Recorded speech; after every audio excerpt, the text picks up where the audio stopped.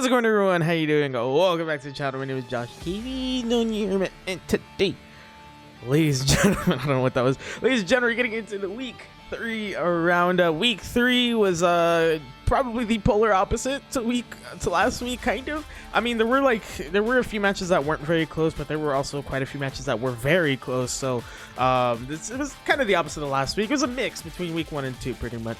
But yeah. This week was pretty intense, so we'll go over it in just a second here. But before we get into all that, be sure to subscribe to the Elite Battle League channel so you do not miss the weekly roundups with me. I know you guys love me. The power rankings with Lionheart plays the top 5 plays with hopefully Nate Tube this week. Hopefully he's all good and better and he's able to do them this week.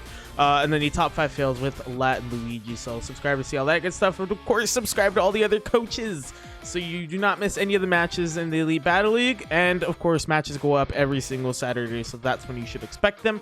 And yeah, let's get right into this. So first up, we have the TJ Dropouts versus the Colchester Celtics. The Colchester Celtics came away with a 6-3 win. That was a much needed win for Pidge there, especially considering the last couple matches he has. Well, at least the next week he has. We'll go over that later, of course. I do want to point out that Pidge didn't bring level 10 Dynamax Pokemon, which I thought was really funny. He pointed it out. It actually may have made a difference with the Tauros. I'm not really sure. We'll go over that in a bit. Yes, he Dynamax Tauros, by the way. We'll go over that later, but I do like the way Pidge started this match with Hatterene. You know, he especially wants the Mirror Coat on Blastoise, who Smoosh led with, especially when that Mirror Coat got revealed. I think Pidge played Hatterene well. He Trick Room first turn, and then followed it up with a Future Sight, which ultimately did play a big role. So I really like the way Hatterene was played. I don't really like how Smoosh switched from Blastoise to Rillaboom, because as soon as Rillaboom came in, it took that Future Sight to the head and just it left it at about 25% HP or so, and then proceeded to get killed by the Hatterene, which prevented it from becoming a problem later on. Not saying it would have done a whole lot later on, who knows, but we will never know, because it got neutralized at the beginning of the match. Then this is an interesting play happened because Cinderace came in to finish the Hatterene with Iron Head, which I saw coming. So I'm so stupid on my notes. I wrote, so Zamazenta brought out Zamazenta. That's really smart. So Pidge brought out Zamazenta, and Smoosh, I don't know what universe he's living in, he thought that Cinderace had a chance to outspeed Zamazenta. I guess if Zamazenta wasn't built into speed, which why didn't you do that? Smoosh stayed in, even though he was locked in steel, and Zamazenta close combated the Cinderace, and it was gone in 2 seconds. And Smoosh essentially handed 2 of his biggest threats straight to Pidge. He did. He handed 2 of his threats to Pidge and just said, "Here, take 2 of my best Pokemon, have them." But I think Pidge played Zamazenta really well, because after he killed the Cinderace, he actually switched out when Sylveon came out on the side of TJ, and Sylveon actually clicked Dynamax first turn, which I don't blame Smoosh for doing that. You want to try and get rid of Zamazenta, but he should have seen the switch coming as Pidge went to Cursula. Cursula took a couple of hits, stalled the Sylveon's Dynamax a little bit, and then Tauros came out, and Tauros Dynamax and used Max Steel Spike, which did a good chunk to the Sylveon, even though it used Detect. Smoosh tried clicking Detect again, and so Pidge just clicked Max Steel Spike, and I don't think it killed the Tauros. All right, so the Sylveon, the second Max Steel Spike. Actually, I think it did. Regardless, it doesn't matter. The Tauros killed the Sylveon. Tauros fell out of Dynamax, and then Volcanion came in for the Tauros, but took a lot of damage. I think it was a Rock Slide from Tauros. It took a lot of damage. And this is where Zamazenta came in and just kind of started to take over the match. It was only a matter of time from here. Smoosh saved Volcanion by switching to Blastoise and made an accidental good play. His words, not mine. An accidental good play by clicking Haze when Pidge clicked Work Up with Zamazenta. He could have kept doing that, but ultimately it would have just stalled out the match, and that just would have been incredibly boring to watch. So he clicked Scald. Scald was the right call. Potential burn. Obviously, he didn't get the burn off, and Zamazenta was able to get a Work Up off. He was able to kill the Blastoise, one-shot the Garchomp, and then one-shot the Volcanion to earn MVP for the Dynamax Conference, by the way. And Pidge walked away with the first and only British win for the season, which is nuts. I feel bad for all of you guys. America, USA. No? Okay. But yeah, that is actually the first and only British win in the season, which is crazy. But yeah, that was a match where Pidge just played the cards right, kept Zamzenta in his back pocket, and released him at the right time. Not much to be said. It was a very methodical win. No, not much else to be said. It was a methodical win from Pidge. He kept his king in his back and released him when the time was right. So good job, Pidge, on getting your first win of the season, and we'll see what that leads to, because he started his last 2 seasons 1 and 2, and he's gone to back-to-back finals. So we'll see. All right, next up, we have the IO Incineroar versus the LA Inferno. The LA Inferno walked away with a 6-2 win in this one. This match was interesting because Landon didn't bring any of the Pokemon I thought he would bring. I kind of figured Latin Luigi was helping him, so I thought he'd bring some annoying Pokemon like Amoonguss or Incineroar. Neither of them came. The only Pokemon I saw coming was Zacian. Vanillix was kind of like he might bring that too. The other 2, Gyarados and Alolan Raichu, I didn't see them coming. I had plans for them, I didn't see them coming. But the influence from Latin Luigi was definitely there. You could see it. You could see with the movesets. You know, he's a very annoying player, which is what I was afraid of. That's what I was afraid of. I didn't want it. I don't mind losing to Landon. It would have been whatever. I just didn't want to get cheesed. So I was afraid of that. But you could tell the influence was there with the movesets and stuff. I just don't think it suited Landon very well. He was kind of trying to use someone else's playstyle, when at this point, in his own words, he was playing it safe. But at this point, you may as well just go balls out. From the very beginning, you may as well just go balls out at this point. Even if you know you're going to go 0-5, or if you have a feeling you're going to go 0-5, you may as well just go for it. But I think him trying to play with someone else's play style definitely didn't suit him well. I think if Landon played how he normally played, he definitely would have put up a much better fight against me. He had opportunities as well to set up Gyarados, which would have been really annoying. He didn't even have opportunities to click Swords Dance on Zacian a couple times. But again, he was playing it safe, which I can't necessarily blame him either. It's a tough situation being down 2 Pokemon from the beginning, so it's hard to find the right way to play. But regardless, the match started Lapras versus Zacian. I saw the close combat coming, so I switched to Rodriguez. Obviously, the close combat didn't hit Rodriguez. Gyarados came in to kill the Rodriguez. After I set up rocks, I just let Rodriguez die to the Gyarados. That's where I said maybe he could have set up a D-Dance there. I did have Haze in my back pocket, so who knows if it would have even mattered. Plus, I also took Intimidate from the Gyarados, so I lowered its attack. But the D-Dance likely would have brought Gyarados back to normal. But regardless, I let Rodriguez die to the Gyarados, so I brought out Lapras. Lapras was carrying Thunderbolt, and I Dynamax used. My plan was to G-Max the Lapras to set up the Resonance. It didn't quite work how I wanted it to. I'm gonna be honest. But regardless, we had Thunderbolt for the Gyarados, and I was able to kill it. And then Alolan Raichu came out, which only had Nuzzle, which was likely for Zacian and Nagano. Not a bad idea. The problem was he didn't have another stronger special electric type move, so he couldn't really do anything to Lapras. There was a point where he protected again, which I was like.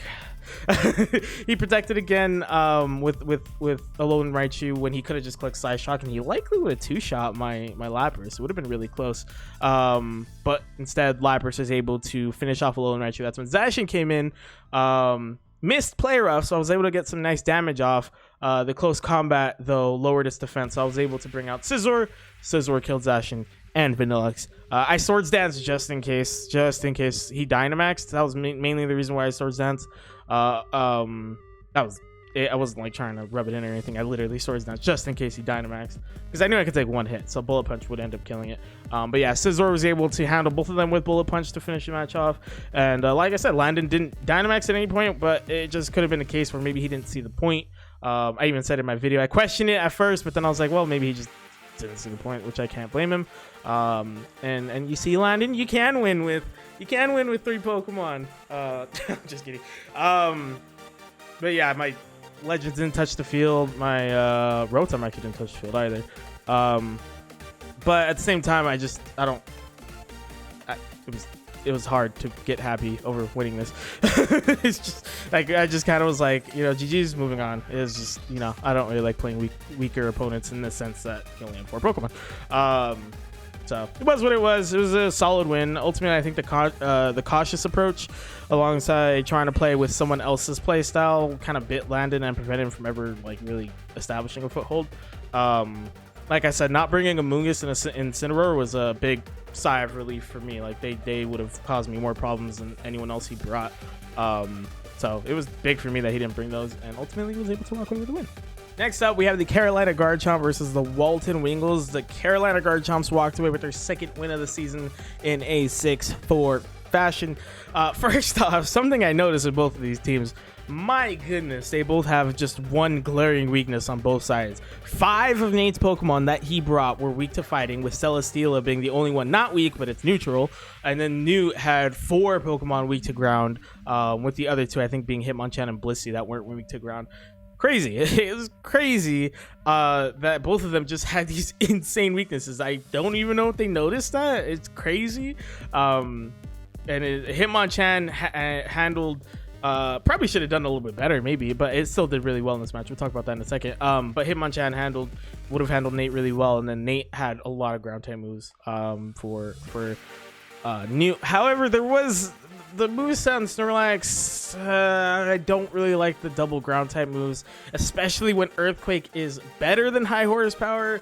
Nate should have invested that high horsepower slot in another move, in a better coverage move. I understand he wanted to make sure he would hit with a ground type move when the rest talk, but never even, I mean, this is kind of a hindsight thing, but it never even went nowhere. And if you're leading a Pokemon, you're likely going to take a few hits. So rest talk, I mean, I don't know if that would have worked out anyways, but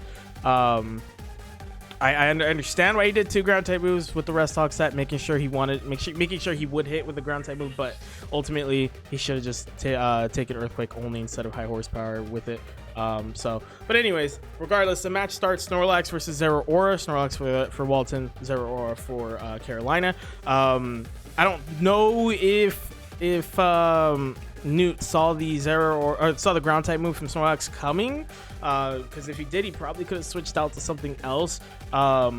But instead, he close combats to Snorlax, does about half health, and Snorlax is able to kill the Zeraora, taking out a big threat to begin with. Hitmonchan then came out. It did a lot of work here. It killed the Snorlax.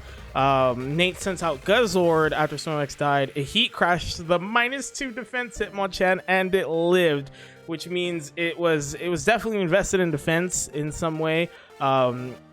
There's no way it should have taken that hit if it wasn't invested in defense. So it had to have been invested in defense, which clearly was a great call from Newt. And at this point, Nate probably should have let Guzzlord die on it. Like, it really wasn't going to do a whole lot. The rest of the match was weak, and all that. So, you know, I don't know. I think at this point it might have been a better play to let Guzzlord die. He also needs to just not bring Heat Crash in, or just take Dragon Claw or a Dark type move, or maybe just leave Guzzlord at home. It's really not that great, in my opinion. I think it's one of the weaker Ultra Beasts, but he definitely needs to bring a stab move or something that can hit a lot harder than just Heat Crash, because it's not stab. So ultimately, a stab move will hit harder, like Dragon Claw or something.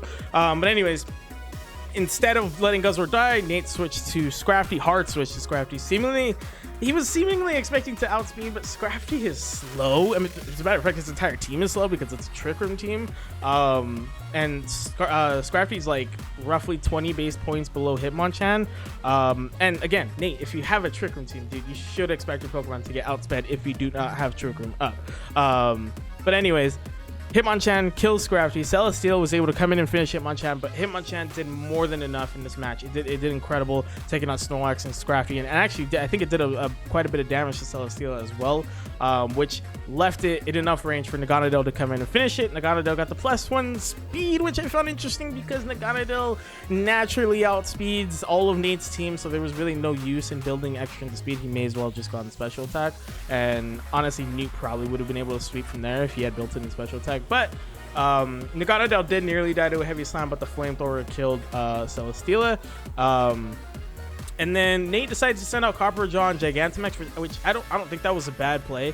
But Nate got incredibly unlucky because Naganadel hit the Copper Jaw with a flamethrower and burned it, which sucked. That was bad. I don't think Nate realized that. Nate, if you're watching this, burn Half's attack. It was a big deal, dude. Because like in the moment, I don't think he realized how bad it was, because he could have started doing some serious damage with the Max Knuckle, and he would have been able to take out the Blissey. So he did kill the Nagano. Blissey came out, and he would have been able to take that Blissey out faster if he wasn't burned, and the Blissey wouldn't have been able to stall him so much.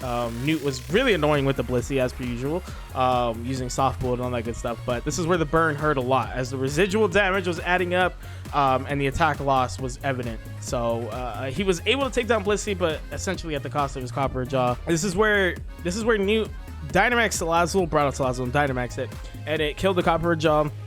Then Colossal was brought out on the side of Walton. I don't think Rapid Spin was a terrible play first turn, but I think Nate may as well click Rock Blast or something to try and do more damage to the Salazzle. And then I don't mind Nate clicking Scald as well, even though the sun was up, because his attack was dropped. Ultimately, nothing was going to do a whole lot of damage.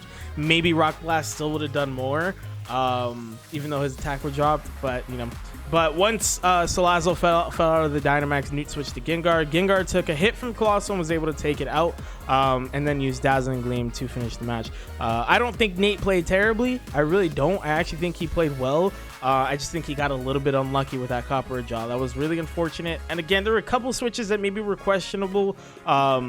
I just think we got really unlucky though with that Copper Jaw. That's the name of the game, man. RNG is not always our friend. So that was definitely rough to see. However, Newt definitely played well. He definitely played well, especially to keep Gengar in his back pocket all the way until the end, so that he was able to finish the match off in a clean fashion. So I think they both played well. I think this was a pretty well fought match. I just think RNG was not on Nate's side in that one. Next up, we have the Florida Rallies versus the San Antonio Espers. The San Antonio Espers walked away with a 6-1 win over the Florida Rallies to improve to 3-0. First off, and this isn't me just talking Zygarde, Mike got way too. It was clear and obvious by his pre-match talk that he got way too in his head about Zygarde. Just because it swept last week, and I'm saying this about any Pokemon, I would be like, regardless, I'd be saying this regardless. But you can't focus too much on one Pokemon, as your opponent still has 5 other Pokemon on the field. I know it's dangerous, but like you gotta focus on the other ones. But regardless, I could just tell right there that Mike was in his own head about the Zygarde at the beginning, right from the get-go. But the match started with Blaziken on the side of San Antonio versus Cinderace on the side of Florida. Mike made an interesting play by locking himself into Bug type with Cinderace, knowing, I mean, he knew the likelihood of Blaziken protecting. He knew it would start speed boosting. He tried to U-turn out. He just wanted to hit the protect. He may as well just hit like a flame charge or something though to keep yourself fire. I think that would have been the better play. Instead, he locked himself into Bug by clicking U-turn, and so Blaziken outsped, which forced him to switch. But he switched into Zeraora, which was not a great play. It took a ton of damage, and on top of that, got burned. I mean, the damage itself was already bad enough because Zeraora could have been a major check to Kyogre throughout the match, but instead it took all that damage, which again would have been bad enough, but then it got burned on top of it, which is where there was literally no point in keeping it alive. But so what Sly ended up doing was baton passing into Zygarde. It got, I believe by that point it was +3. I think by that point it was +3, either +3 or +4. So yeah, Sly baton passes into Zygarde in front of the Zeraora. Mike let Zeraora go down. But the interesting part here is there were a couple of notes from me when it came to his next play, because he said Galarian Durantine was the primary part of his plan for Zygarde, which obviously it's an ice type. Ice is quad, effective against the Zygarde. Why wouldn't you check if Zygarde has a super effective move that can kill you? And B, why wouldn't you Dynamax to stop it? I mean, he should have known a set-up legendary is going to Dynamax. I mean, there's like a 99.9% chance that thing's going to Dynamax. He should have seen that coming. He should have Dynamaxed on his own. Likely would have killed the Zygarde based off how much damage the Icicle Crash, I believe it was, based on how much damage that did. Well, I mean, it depends, because I believe when you're Dynamax, you don't get Guerrilla Tactics. You don't get that boost. So actually, whether it would have killed or not would have been interesting. I should have checked that. I forgot about the Guerrilla Tactics thing. But regardless, I don't think he played the Darmanitan very well. It did somehow live the Max Steel Spike and was able to get a massive hit off on the Zygarde. But this is where Azumarill probably should have came in Dynamax and Max Starfalled. Wasting the extra turn with a Darmanitan was nice, and then sacking Excadrill was not a terrible play to continue to stall the Zygarde. But right here, he probably should have brought in Azumarill and hit Dynamax. I personally think Azumarill would have been a great Dynamax candidate, but I don't disagree with him sending Groudon out and Dynamaxing either. Groudon's obviously not a bad Dynamax choice at all. But what he did was, with Groudon, he Max Quaked twice on the Zygarde. Zygarde didn't die, by the way, which is that defense boost mattered. He hit 2 Max Quakes. On the third one, he probably should have hit Max Flare regardless. It likely would have killed the Zygarde, but what Sly ended up doing was hard switching to Rotom, predicting the ground type move, which was super obvious. It was a very, very obvious prediction. And Groudon used the third ground type move, burning its third turn, not hitting the Rotom. And this is where hands on the head moment. Because Mike decided to switch out of a +2 special defense Groudon and go out to I don't even remember what he switched to. I don't even remember what he switched to, but I get Rotom's a grass type, and I get Leaf Storm would hurt, but you are a +2 special defense, and Rotom's a special attacker. Stay in, just ride the Groudon, let it go, let it do what it has to do, let it do some work, let it cook, just let it run. There's no point in switching on a +2 special defense Groudon. Like I said, I know Mike didn't want to get hit by a grass type move, I know, but Rotom's a special attacker. Groudon would have taken that hit, and in hindsight, Rotom missed a Leaf Storm, so you likely would have killed it anyway. When you have a setup legendary, there's just no reason to switch, so that was a really bad play. And he did say at one point that Dracovish, by the way, would have been a better play than Excadrill, and I agree. And I believe, I didn't write it down, but I believe he hard switched from Groudon to Cinderace. I could be wrong on that. I think he hard switched from Groudon to Cinderace, but regardless, the point is eventually Kyogre came out. I believe Kyogre came out on the Cinderace. Mike clicked U-turn, went to Groudon, and then Sly made the right call predicting the switch. He calm-minded, and there was no way that Groudon was going to take that Ice Beam, that +1 special attack Ice Beam, unless it was +2 in special defense. But Kyogre did eventually go down to stop the complete sweep, but not before taking down Carolina's Azumarill. Cinderace then went down to Sly's Azumarill, and that was that. I will give credit where credit is due in that Sly actually did take advantage of an opponent's mistakes, which hasn't happened too often this season to keep momentum in this match, so I will give you credit with that. And he has a fairly easy end to his schedule, so that should set him up for a first place finish in his conference, so that'll be really interesting to see. So good job, Sly, on taking advantage of your opponent's mistakes. And yeah, good job.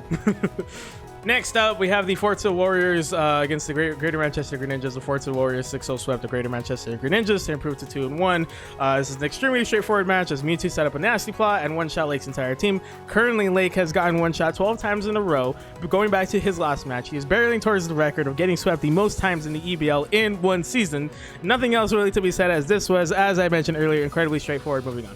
Next up, we have the Texas Tyranitar versus the Montebello Morpeko. The Montebello Morpeko beat the Texas Tyranitar 5-4. This was an intense match, full of quite a few frustrating mistakes from Mr. Toast. The Montebello Morpeko do improve to 3-0 and hand Texas their first loss of the season, so that is a big deal for Montebello. But this match started with Montebello leading Zekrom and Texas leading Galvantula. I love the Zekrom lead from Carlos. It was ballsy. He clicked Dragonance right away. I loved it, especially in front of a Pokemon like Galvantula. Now, the doormat did say that he misclicked with the sticky webs, with Bug Buzz instead of clicking sticky webs, which would have been useful later on. But, you know, it is what it is. Zekrom was able to take out the Galvantula. He did say he wouldn't Dynamax. I believe he said, "Why didn't you Dynamax?" or something along those lines. why would you Dynamax Zekrom when you know it's going to one-shot Gargantua? So, but anyways, Grimmsnarl comes out next. Grimmsnarl sets up the Reflect, and Carlos took too long to click a move, so it defaulted to Dragon Claw. Didn't hit the Grimmsnarl, of course, because it's Fairy. Big mistake on his end. He was busy looking something up, and he just didn't realize how much time had passed. This was big. He could have easily clicked another Dragon Dance, and it would have been able to cover the Reflect, because I believe Reflect is more or less like kind of +2 defense, or more or less it has damage, so it's kind of like +2 defense. So being +2 attack would have covered a lot of what the Reflect would have done. And then the next turn, Grimmsnarl taunted when Carlos tried to click Dragon Dance. So Carlos then decided to Dynamax, click Max Lightning, and Snorlax came in to try and wall Zekrom. Not try, it did wall Zekrom. Carlos likely should have clicked Max Wormwind twice to be able to lower Snorlax's attack twice, so that he could have gotten up more Dragon Dances.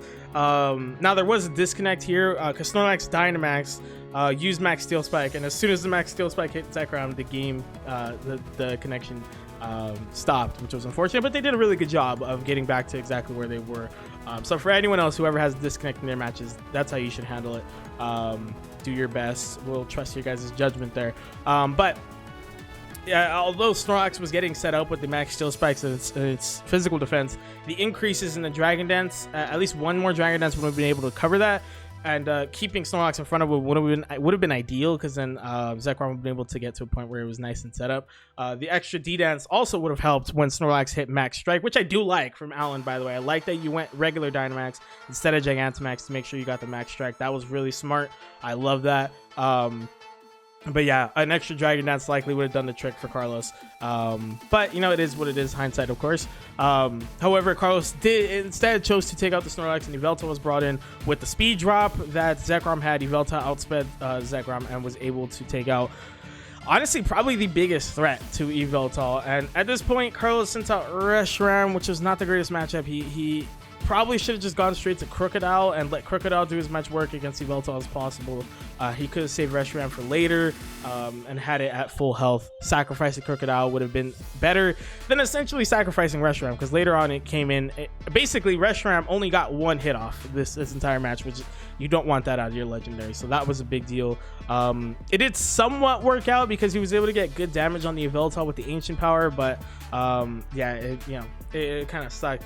Crocodile came out and clicked Stealth Rock, and that was a good play. I don't mind that play. It definitely kept Texas's Legends in check, and it was able to live a hit from the Yveltal. And Grimmsnarl came out after Yveltal U-turned, and Grimmsnarl set up Reflect. Carlos brought Brick Break, which was a really smart play to get rid of those screens. Alan then switched to this. No, I'm sorry, that's not what happened. Grimmsnarl reflected, Crocodile broke the screen, Crocodile hard switched out to Carlos's own Grimmsnarl, so we had a Grimmsnarl versus Grimmsnarl showdown. And once Carlos clicked Spirit Break, Alan got scared, switched to Garmanitan to try and deal with the Grimmsnarl. This ultimately did kind of lead to Galarian Darmanitan's death, as Carlos sucker punched it twice and left it in red. However, this was probably a better trade for Alan than it was for Carlos, because getting rid of Darmanitan is great because it is a hard hitter, but keeping Grimmsnarl around is really, really annoying. So I thought that was a better trade for Texas than it was for Montebello. Weezing was the one that finished off Darmanitan. Once Darmanitan died, Blacephalon came out, and instead of trying to take at least one hit with the Weezing, Carlos hard switched to Reshiram, forcing Reshiram to take a hit, and handed Blacephalon a free kill. Now, this situation, though, is really tough because I don't know if he could have made a right play here. If he knew he was going to use Psychic, he could have gone to Crocodile, but Crocodile likely would have died anyways. Weezing probably was going to get one-shot anyways. Rillaboom was definitely going to get destroyed. So it was a tough situation. I can't really fault some of this decision to switch to Reshiram. I personally would have just stayed in and let Weezing take a hit because it was at full health, so the chances of it being able to take at least one hit was higher. And then he could have brought in Reshiram to try and do something, or could have brought in Rillaboom, because at that point the Blacephalon was pretty low. But instead he hard switched to Reshiram. Excuse me. Reshiram got 2-shot, killed. Blacephalon goes +1 special attack. Carlos brings out Weezing, it gets killed. +2 special attack for the Blacephalon. And Rillaboom probably should have came out sooner because Blacephalon's defense is trash. So it likely would have killed with the Grassy Glide, even though it's not very effective. But regardless, after Weezing died, Rillaboom came out and took out the Blacephalon. Now Grimmsnarl came back out for Texas, and Carlos clicked Fake Out, which obviously, for those you might not know, Fake Out doesn't work if it's not the first turn the Pokemon is out. On this, that was bad. He did make up for it by clicking Brick Break and getting rid of the Reflect that the Rillaboom set up.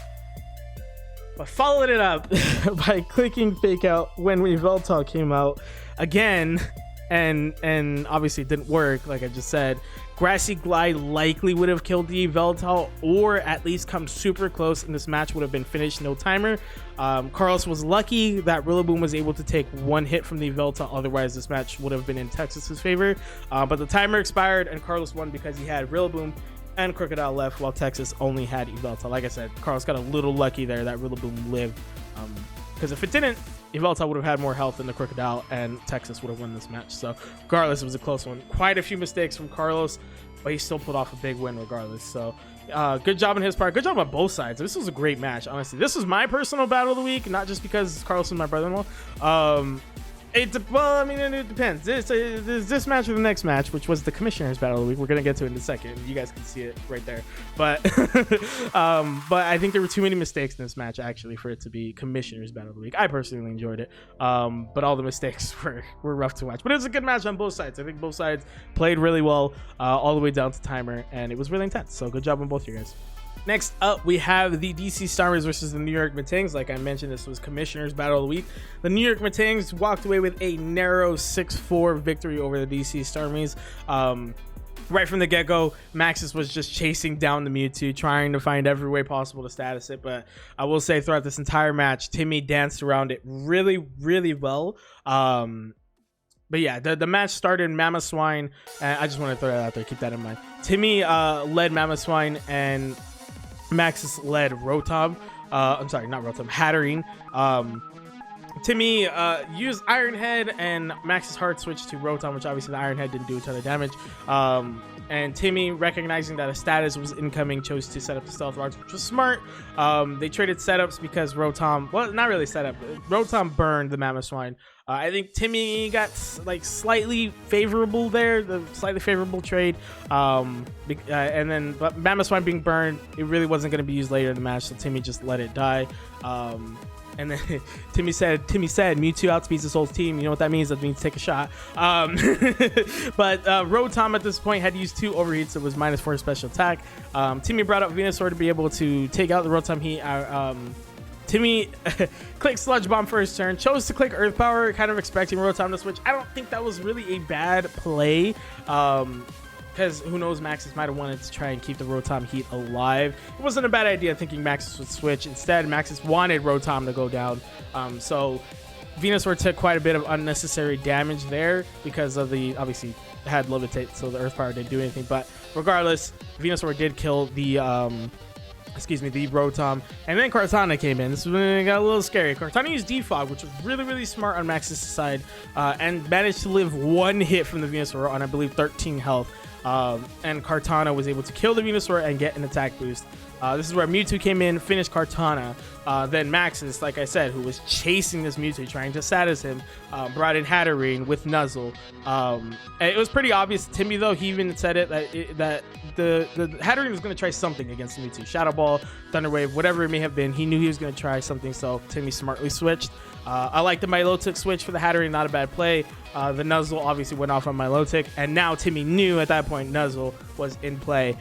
Timmy got off a coil with Milotic, which is interesting. I don't mind it because it makes the Hydro Pump, I believe, 100% accurate, but at the same time, you may as well, I don't know, there were other setup moves he probably could have brought, but unfortunately, I didn't really get to see the full set from Milotic. We only saw 2 moves from it, so maybe the rest of the set would have justified that. But Timmy got a coil off, and unfortunately, the Milotic after that got paralyzed 2 turns in a row. This prompted Timmy to just keep pressing. This prompted Maxis to keep pressing Giga Drain and whittling down to Milotic, and eventually Timmy just kept clicking Hydro Pump to try and get damage off. It did hit the Hatterene once. Timmy clicked it again.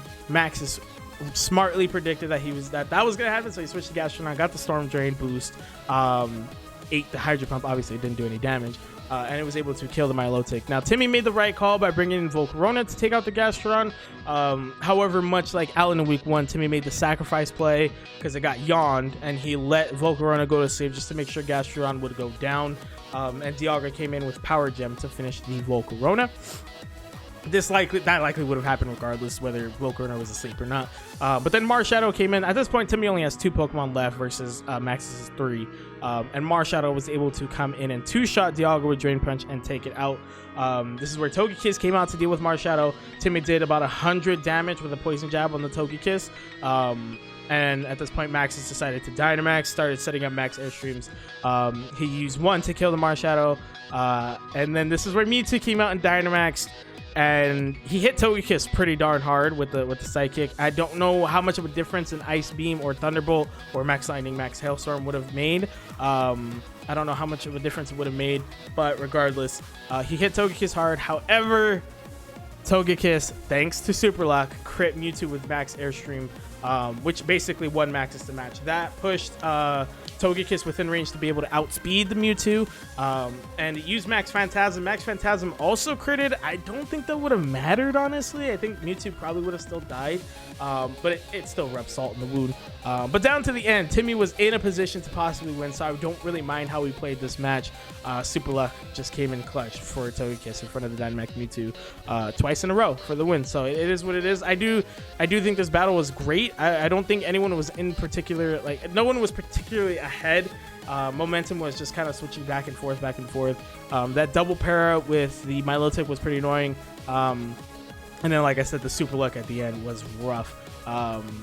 According to Maxis, that was his 5th backup plan, which makes sense. Timmy played really, really well to just make sure his Mewtwo would be in a good position towards the end, and that's exactly what happened. So, excuse me.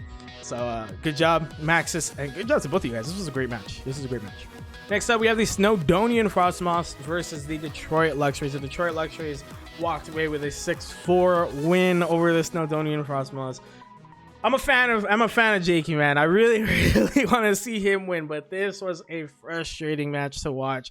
It began with Salamence on the side of Detroit and Inteleon on the side of Snowdonian.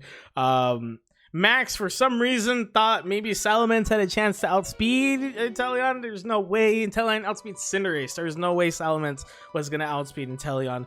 And Jakey Ice Beamed, calling that, predicting that maybe Salamence would stay in.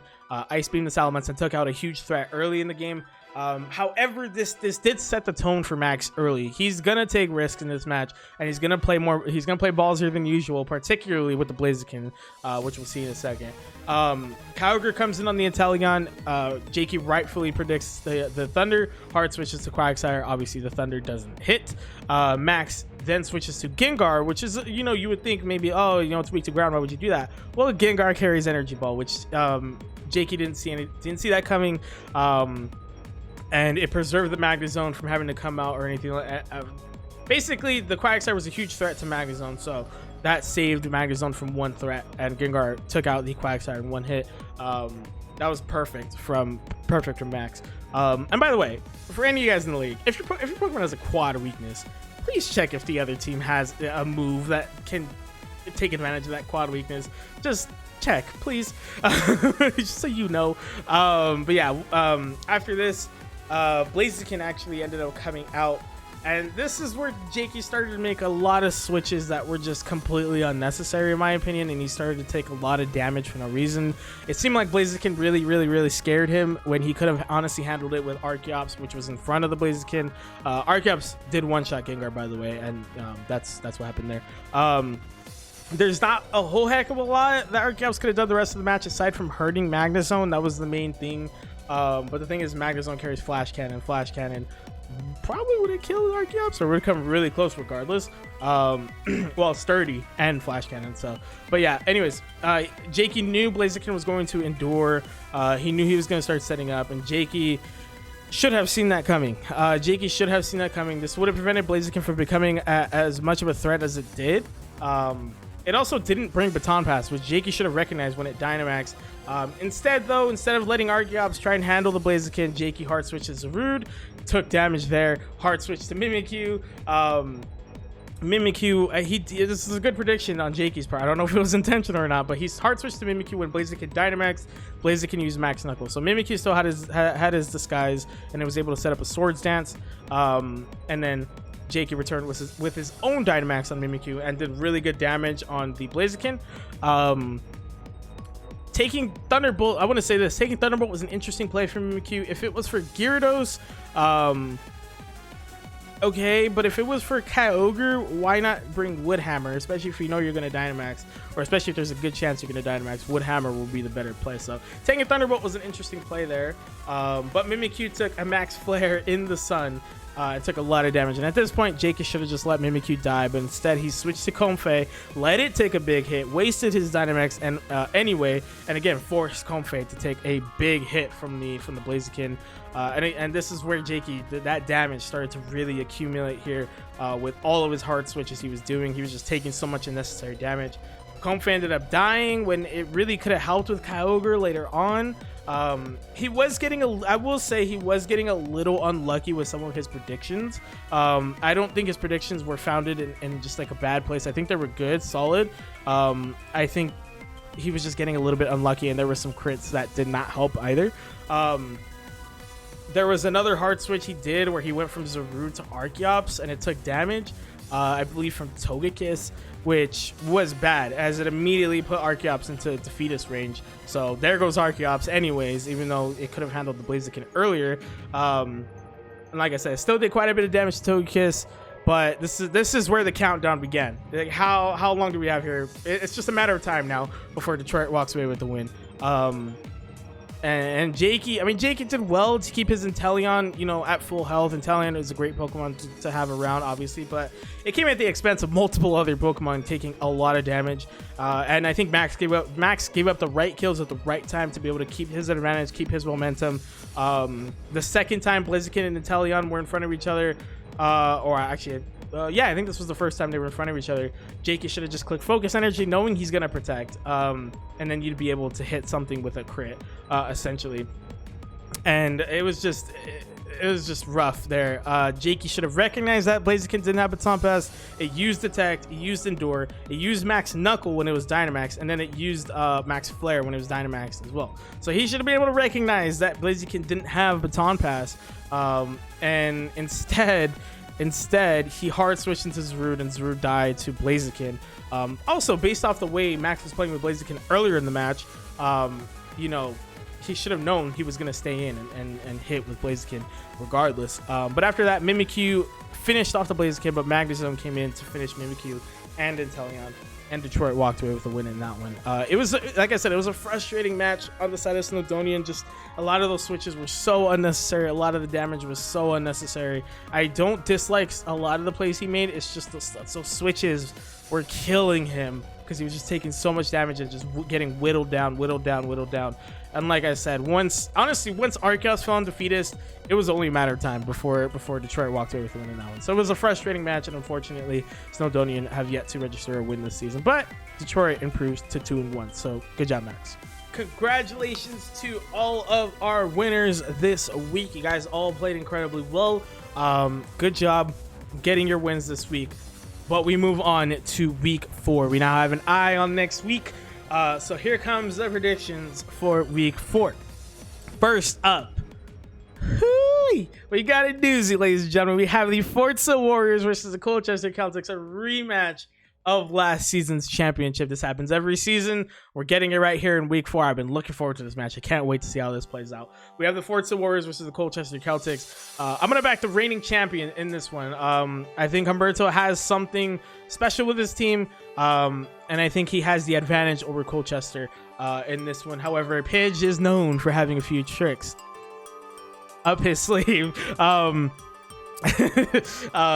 this is gonna make for a really strategic, interesting match. I'm curious to see what sort of strats they bring, but this is gonna be really interesting. Now, we're in week 3, so I'm gonna start going over standings here and how this could affect things. for both of them, Fort Sill would essentially secure a spot at least in the play-in match. This 3-1 would put him in that range. Colchester, a loss for Fort Sill would put them middle of the pack, but still possible to reach the play-in match. It's just winning would give them a much greater chance of securing a higher spot, and possibly being able to avoid the play-in match. Whereas losing, he'd likely end up in the play-in match if he won week 5. As for Colchester, a loss here, and the odds of them making playoffs are incredibly low. So this is a must win for Colchester, more so than it is for Fort Sill, because Fort Sill will still have a chance to get into playoffs if they lose. But Colchester, I mean, the chances of them getting in would be just way lower than if they what did I just say? The chances of them getting into the playoffs would be way higher if they win, obviously. If they lose, it's just their chances of getting in are very low. So it's possible still, but just lower than if they win.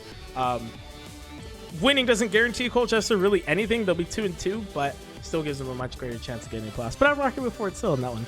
Next up, we have the Texas Tech Red Sox versus the LA Inferno. The LA Inferno currently are 3-0.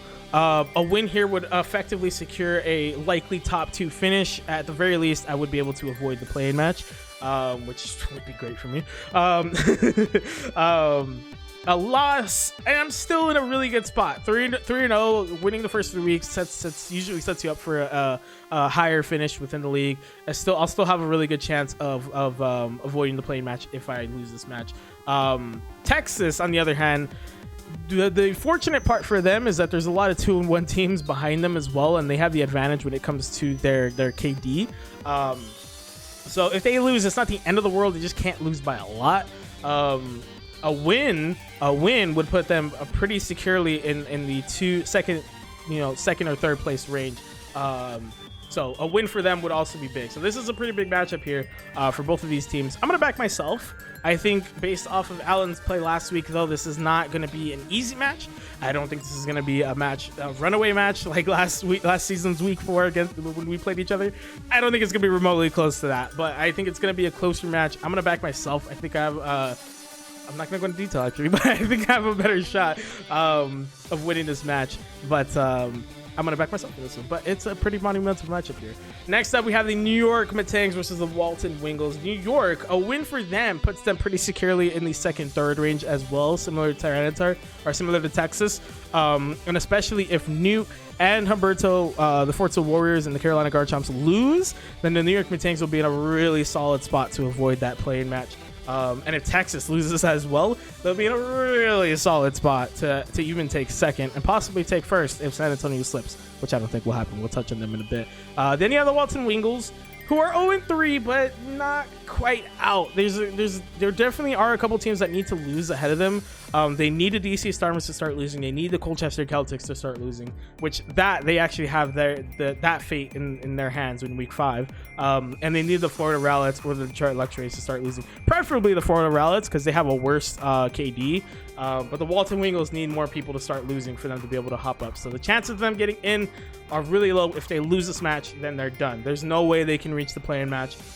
There's no way they could even reach the play-in match unless everyone started getting swept. It's the only way they could possibly do that. So a loss means Walton's not making it to playoffs. A win and they still give themselves a shot.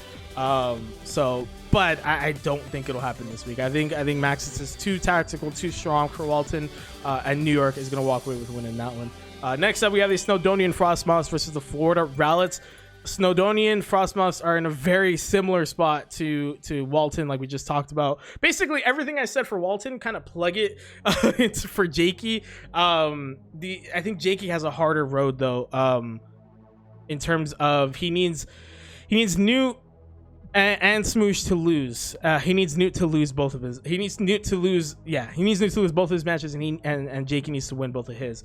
So that goes for both Walton and Snowdonian. They both need to win their last 2 matches. A loss for Snowdonian, loss for Jakey. They're done. That's it. They take on the Florida Rowlets, who are in an interesting predicament. They have a positive record, but a negative KD, similar to the Carolina Garchomps. Florida, if they win, would put them in a good spot to at least secure the play-in match. So they at least secure a shot at the playoffs, a last-second shot at the playoffs. A loss, and they could possibly drop as low as sixth. They could possibly drop as low as 6 because of their KD. So that's a rough situation for them. They have to win this match if they really want a good shot at the playoffs. If they lose, things get really tough for week 5. Week 5 becomes a must win. So Florida needs this match as much as Snowdonian does. So this is going to be a nice showdown here. I'm going to back Jakey though. I keep backing Jakey. I want to believe he plays well. I think he can get a win here, especially based off how Florida played this week. I think Jakey can get a win. Next up, we have the TJ Dropouts versus the Detroit Luxrays. I'm backing Detroit in this one, especially based off how Smoosh played this week. In week 3, I don't think he played particularly well. And I think Detroit played really well to take advantage of Jakey's mistakes. And again, he made a lot of the right sacrifice plays. He made ballsy plays when he needed to. I think Max played really, really well this week. So I'm giving this one to Detroit. If TJ lose, there's a very good chance they're not making playoffs. They'll drop to 1-3, and they'll have to hope that the 2-1 teams, at least 2 or 3 of the 2-1 teams above them, all lose. So they're banking on a lot of other teams losing. If they end up losing, if they win, there is a possibility for them to hop at least the Carolina Garchomps into 5th place, which would put him into the play-in match. So this is going to be really interesting for TJ. Detroit, on the other hand, are 2-1. They're +2, sitting in 3rd place fairly comfortably. If they win and the Florida Rowlets win, they'll still be ahead of the Florida Rowlets. If they win and LA and Montebello lose, they'd have to have a really big win to be able to hop both of us, both me and Carlos. But at the very least, a win would secure 3rd place heading into week 5. So Detroit can still get by if they lose, but a win would basically secure them a spot in the playoffs. So they're definitely going to be looking for that one. Next up, we have the Iowa Cinderella versus the DC Starmies. I'm going to be honest, Iowa is one of the 2 teams that are very unlikely to make playoffs. There's still a chance. They have to win their last 2 matches, and they need everyone to start losing by a lot. That's pretty much what has to happen for TJ and the Greater Manchester Greninjas, who we'll talk about later. I'm sorry, not TJ, Iowa and the Greater Manchester Greninjas, like I said, who we're going to talk about later, for them to make the playoffs. So not really going to go over the scenarios. They got to win their last 2 weeks. They need everyone to start losing. DC Starmies, on the other hand, need a win here. A loss could potentially push them down out of 5th place, out of the top 5, which is where you want to be at least if you want a chance to make playoffs. A loss pushes them out. A win can possibly push them as high as 3rd place. If Detroit loses and Florida loses, DC has a really good chance of hopping into 3rd. So this is a really big match for DC. They need this win. I doubt Landon's going to make it very easy on Timmy. I think Landon's going to be even more annoying with his setups and start to cause Timmy some problems, which I would recommend. But I am taking DC in that one regardless. Next up, we have the Carolina Garchomps versus the Montebello Morpico. Based off how Carlos has been playing, he's been making a few mistakes, but still been pulling out these wins. I think that's impressive. So I'm going to back Montebello in this one. I don't think Newt played terribly this week. I think he actually played well. But I think Carlos is a strong opponent for Newt, and he'll walk away with a win in this one. Now, Montebello, similarly to LA, if they walk away with a win in this one, they effectively secure top 2. There's not many ways that they'll be dropped out of the top 2. And that's pretty much it. A loss, and again, much like LA Inferno, they're still in a really good spot as long as they don't lose by a lot. So they'll still be in a really good spot, even if they lose, but preferably win and you effectively secure top 2. Versus the Carolina Garchomps, if they lose and the TJ Dropouts win, the TJ Dropouts will take over Carolina's spot and hop, I believe, into number 5. So Carolina do need this win. I'm going to be honest. Looking at the standings, Carolina do need this win. If they lose, it gets really tough for them. If they win, they still have a very, very solid shot, especially if TJ loses. They'll still have a very solid shot of getting into the playoffs. So a Carolina win combined with a TJ loss means Carolina is likely going to be in the play-in match at least. So Carolina does really need a win here. but I'm going to back Montebello in that one. Next up, we have the Greater Manchester Grenaders versus the San Antonio Espers. Like I mentioned earlier, the Greater Manchester Grenaders are 0-3, minus 17. The odds of them getting the playoffs are 0.1%. Like it's not going to happen. Unfortunately, it's not going to happen. I mean, getting swept 3 times in a row kind of does that to you. So, I mean, there's really not much to go over. They need everyone above them to start getting swept, and they need to win these last 2 matches, which based off what we've seen, doesn't look likely. Versus San Antonio, similarly to LA and Montebello, they win. They essentially secure top. Honestly, first. There's an incredibly good chance they walk away with first place, especially considering they're week 5. They have Iowa as well, which is a match they should be winning. So the San Antonio Spurs likely are going to end with a perfect season. So they win here, though. They'll improve to 4-0, likely like a plus 15, probably a plus. No, I'm not going to say it. Probably plus 18, let's be honest. Or plus 17, who knows. But 4-0 is likely going to secure them that top spot. If Texas, New York, Fort Sill, and Carolina all lose, that is top spot secure for San Antonio. But there's still a chance for them to hop San Antonio if they do. Even if they win this match. So, but regardless, San Antonio are in a really good spot. It's similar to LA and Montebello. I'm backing San Antonio in that one, obviously. I think Sly is just going to be way too strong. He'll probably sweep a Zygarde just to try and throw it in our face again, but it's against Manchester, so I'm sorry. You guys swept 3 times in a row. I'm not making excuses anymore. Sorry if that's too mean, but it is what it is. But yeah, that is it for our predictions for week 4. Let me know down below what you guys thought of this week, and let me know your predictions for week 4. If you guys enjoyed the video, and if you're here, be sure to like and subscribe. Check out all the good stuff in the description. Check out the coaches down below. Go subscribe to all of them so you do not miss any of the matches. Again, all the matches go up every single Saturday, so go check that out. Go check out all the coaches, subscribe to them so you don't miss any matches. Also, be sure to subscribe to the EBL channel. I know you guys love me, so I know you want to see more weekly roundups, and I do them every week, so be sure to check that out. Check out the power rankings with Lionheart plays, top 5 plays with Nate Tube, hopefully, and then the top 5 fails with Latin Luigi. Be sure to check all that good stuff out. Follow and subscribe is necessary, so I'll greatly appreciate it. And of course, be sure to share socials with our friends, family, and everybody know, letting people know the EBL is where it's at. We'll see you guys in the next one. Bye.